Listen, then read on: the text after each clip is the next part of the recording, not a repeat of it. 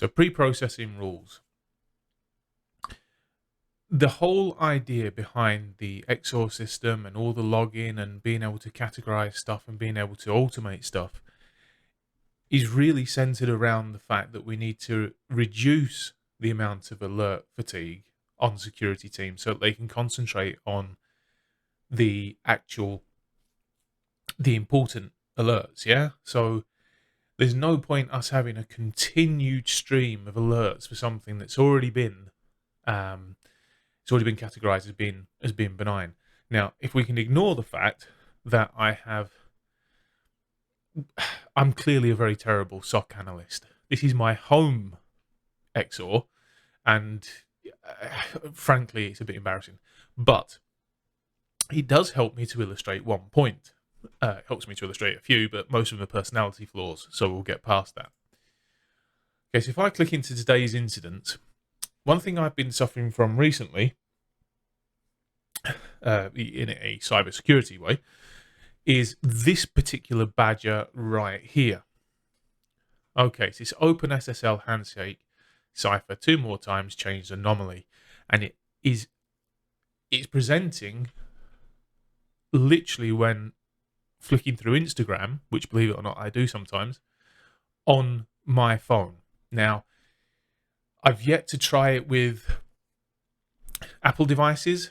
I've actually, as we speak, I have one charging up in the background to see whether the same effect is there. So basically, I then looked into this particular issue and found this at Tenable, which of course, I mean, anything from Tenable, Rapid7, anything like that, you can take that pretty much as read. So what's on here is going to be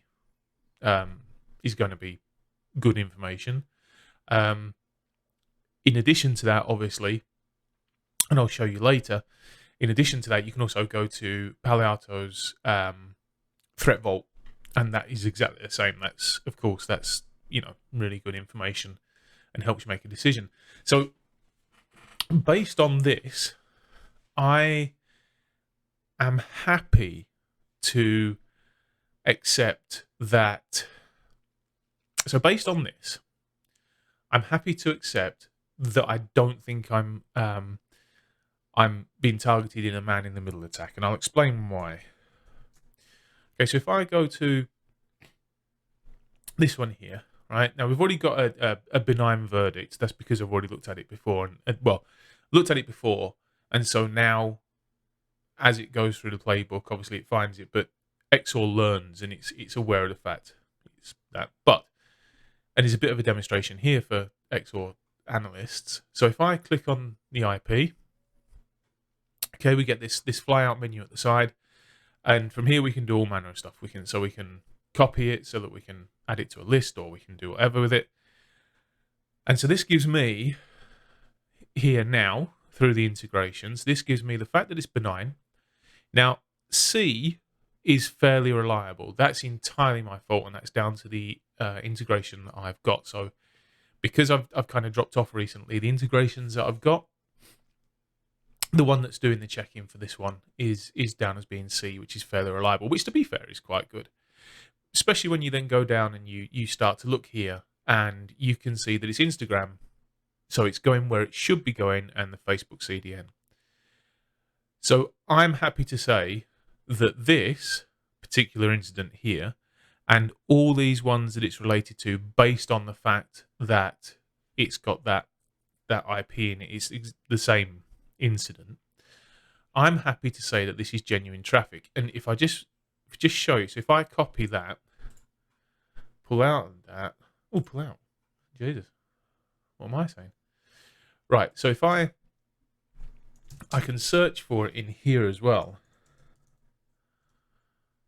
I can go for destination IP. So this is obviously just our list of incidents that we've got here. But I can do destination IP.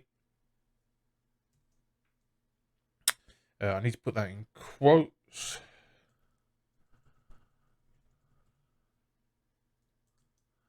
Otherwise it will break at the points. And we can see then we've got all the vulnerability ones here listed, 15 events, and that's because they've all got the same IP. So, as we can see from here, in the incident, if I go to home, we can see that actually there's been a lot of incidents. Now, it's already been checked. We've looked at it. It's benign. As a side note, a scan has been done on the device. That has come up clear. That has come up that there's no issues and no compromises that it can find. And I've done research into the issue with Facebook on a lot of different websites. And it turns out that it's just not mentioned anywhere. I have informed Instagram this is happening, and yet to get a reply. I won't hold my breath. So then we move on. And we can see that we got the two there, and we got a spyware one there as well, which is consistently happening. But this is because of my VPN. You can see I've got a proxy there, and it's private internet access, which, just as a side note and a little tiny bit of background, you can kind of tune that out. So if you use private internet access, or PIA, when you have the client installed on your laptop, your computer, or wherever it's installed, when it's live, when the app is running, even if it's only running in the background, it consistently polls every single one of its endpoints. And believe me, it's got a lot of endpoints. And it consistently polls them to check if they're alive, check if they can be used. Which, okay, there's a couple of arguments one way or the other, but it's not actually a security risk. And it's not a security risk based on if you sit down and think about it, it's not a security risk because you've decided to install it. Private internet access is actually quite a well-known company that provides VPNs, and all it's really doing, and believe me, all it's really doing is it's pinging and it's checking for its endpoints to be alive. Anyhow, I digress. But what it does do is it then sticks 1,000,001 incidents into my XOR queue. So, and this is one of the reasons why you want to do this. So then so if I'm dealing with this, okay, we know these are all the same. The temptation for me now is just to do this. So if I do this, select all 98 items because they're all in the vulnerability, and I'm absolutely convinced of my own knowledge that they're all going to be the same. And then I pull that one out there, and then I mark as duplicate, and then I can mark all of them as duplicate of 167,923. And then, as we can see, it's going to mark all of them against that one. It's going to claim they're all a duplicate of it regardless, and it's going to close the others as a duplicate. And that's where the problems come in, because buried in there somewhere may very well be something that isn't to that IP address, because all I've done is searched on PA vulnerability. And this is really where a lot of security issues and things like this come from, because malicious groups, they're aware of both sides of, or malicious actors, let's not just say groups, it's people in back rooms and whatever. They're aware of both sides of this security coin, and there is only two sides. I know there's people who claim purple team, which is people such as myself who have practiced both sides in order to try and understand security better. But actually, there's the attackers and there's the defenders, and that's really what it comes down to. So in this particular instance, with the sheer volume of attacks and the sheer volume of malicious activity, these people are aware that there's going to be hundreds and hundreds, if not thousands, of alerts that have to be gone through and have to be looked at. And this is what Palo Alto are addressing, obviously with Demisto previously, and now it's become XOR, and the development on it is huge. And that is what we're trying to do. So, enough rubbish. There are two ways, well, there's actually several ways, but there are two main ways. I need to stop that ticking. There's three ways really of dealing with this. If we want to stop the alerts at the firewall, we can go to the firewall. Okay, we can go into the profile that we're using for this, and we can have a look at the exceptions. Now, if we put that in there, so just as a quick sort of, this is where we're going to get this from. So if we go back to here, open up this, we will have a threat ID, which is here. Okay, so this number here refers to the threat ID. If I can just try and get that. Yeah. Okay. So if I now show all signatures, because by default it only shows ones that are enabled, and I paste that in there and go, we can see that we've got the CVE for it, which is there, and we've got the threat. And what we can do is we can add this as an exception. Okay, so we can add this as an exception, and it won't trigger on it, so it won't create an alert, and it won't send that log through to XSOAR. But the reality of that is a little bit. Yes, you've identified that it's low risk, and that's fair enough. And you've identified for that particular instance that it's not, we're not worried about it, but we're not worried about it because we've managed to validate where it's going to. So because of the benign nature of the destination IP and the fact that it is going to Instagram and it is going to Facebook CDN.com or .org, we're confident, or I'm confident, that it's not malicious activity.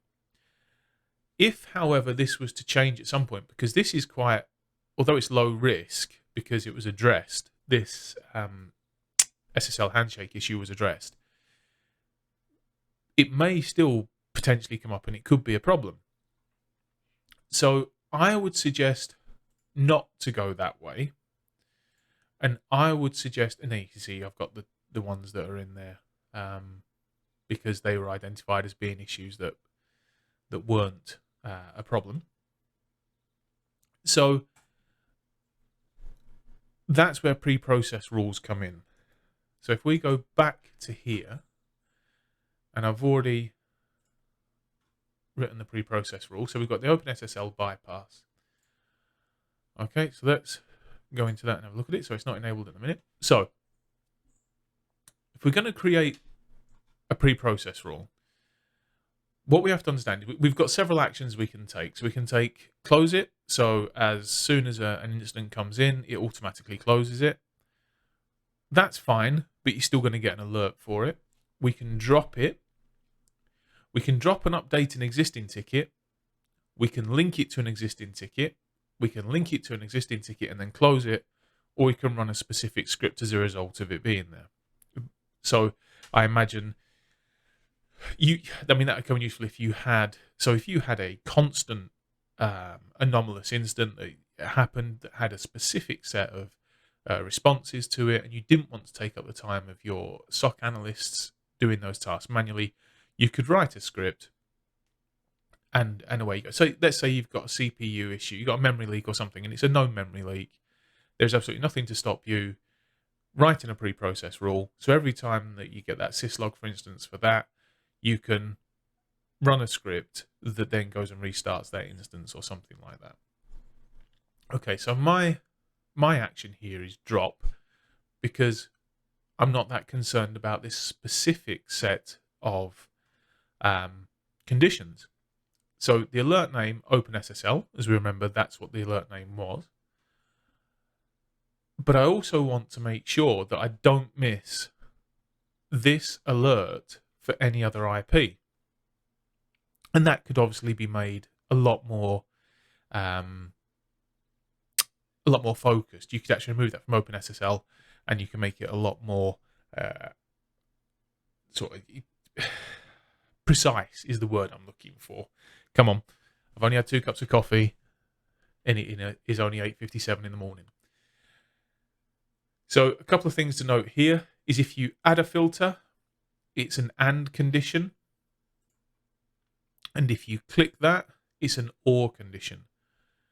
So there would be a couple of things you'd do there. That if you then had, let's say you ended up in a situation where you had several IP addresses that were proved to be benign, then you could put an or.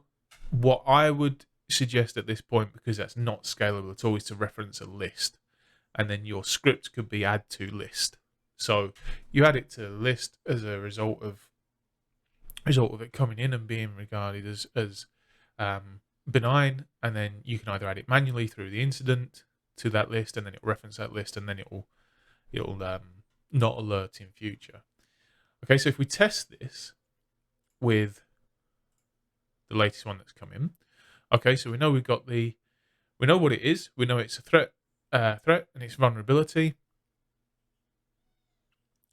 and we know that we can see all the threat information, all the context information that's come through on that particular log, and it's all there. So we can test that, and it will show us that the incident will be dropped. But what we want to make sure is that if this IP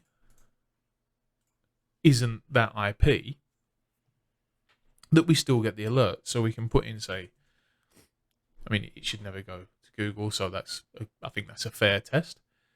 We can put that in there, run it against that existing incident, and we see the rule does not apply, incident will be created. So we know for a fact now that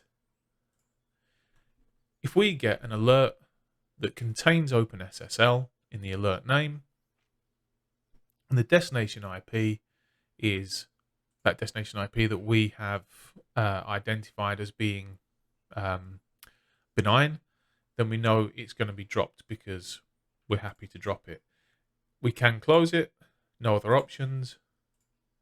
If we drop an update, you can see then we get another option underneath, which is update, drop the incoming event, and update the incident defined in the following filter. So we look for oldest incident created within how many days you want, minutes, hours. You can search closed instance and choose the incident field of the one that you want updated, and then then the string for the incident, that incident field, and it'll drop this one and update that one. Link, again, you got the extra options because it wants to know what you want to link it to.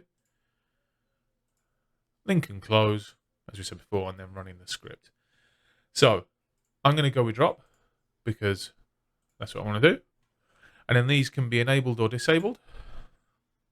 And now we can see it's enabled. And then now that is enabled, and I won't receive any further alerts from that happening. The reason I say to do it this way, as I say, I'll just quickly reiterate, the reason I say to do it this way as opposed to the firewall way is because with the firewall, we're literally stopping any alerts for that particular CVE. And the problem with that is, as I say, it could present for another IP that is malicious, but we don't get to see it here. So what we're doing now with pre-process rules is we are looking to, and then you've got the post-process rules as well, where you can then add these to lists and so on. We're looking to really focus in the attention of the SOC analysts, who, I mean, to be fair, they sometimes have thousands of alerts they've got to look at every single day. And with all the best intentions in the world, these people will be working exactly the same as everybody else. So they'll be in a department that has literally the right amount of headcount to just about make it through, because that's how budgets work. But with this, we can not only can we take away a lot of their extraneous time, or a lot of their stuff looking through things that don't make any difference, but we can make sure that when we have something that's benign and it's triggered an alert, and you've got an experienced SOC analyst who can look at it and assess it the way we have done there. So we've looked at what the alert is, we've looked at the background of the issue, the CVE that it's triggered, and we can see that we can apply that to our situation, or my situation as it is, and it really doesn't look like it's anything to worry about. And then we can remove that from their scope because they just do it once, and then following on, if those exact set of circumstances come up, we know they're not going to get an alert and they're not going to have to spend time looking at it. So that's me for this one. Please like and subscribe because it really does help. And I'll catch you in the next video.